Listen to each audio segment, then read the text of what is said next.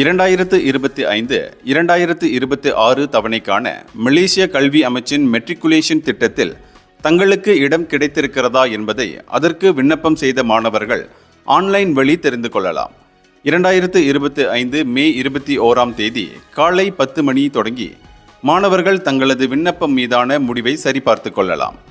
2024 SPM தேர்வு முடிவுகளை பெற்ற பின்னர் மெட்ரிகுலேஷன் கல்வி வாய்ப்பிற்கு விண்ணப்பித்த மாணவர்கள் matriculasi.moe.gov.my என்ற வலைதளத்தில் தங்களது மனுக்கள் ஏற்றுக்கொள்ளப்பட்டிருக்கிறதா என்பதை தெரிந்து கொள்ளலாம். அதே சமயம் ஆன்லைன் வழி விண்ணப்பம் செய்ய விரும்பும் மாணவர்கள் 2025 மே 22 முதல் ஜூன் 21ஆம் தேதி வரை தாங்கள் விண்ணப்பங்களை விரும்பும் கல்லூரிகளின் வலைத்தளங்களில் பதிவு செய்யலாம். வாய்ப்பு கிடைக்கப்பெற்ற மாணவர்கள் 2025 ஜூன் 22ஆம் தேதி சம்பந்தப்பட்ட மெட்ரிகுலேஷன் கல்லூரிகளில் மாணவர்கள் நேரில் வந்து பதிவு செய்து கொள்ள வேண்டும் என்று கல்வி அமைச்சின் ஓர் அறிக்கை நேற்று தெரிவித்தது.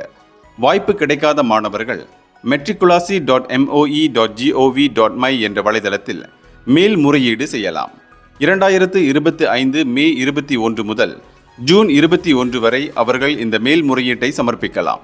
இதன் மீதான முடிவு 2025 ஜூன் 30ஆம் தேதி வெளியிடப்படும் என்று கல்வி அமைச்சின் அந்த அறிக்கையில் தெரிவிக்கப்பட்டுள்ளது. இந்தியர்களின் இதய குரல் மக்களோசை.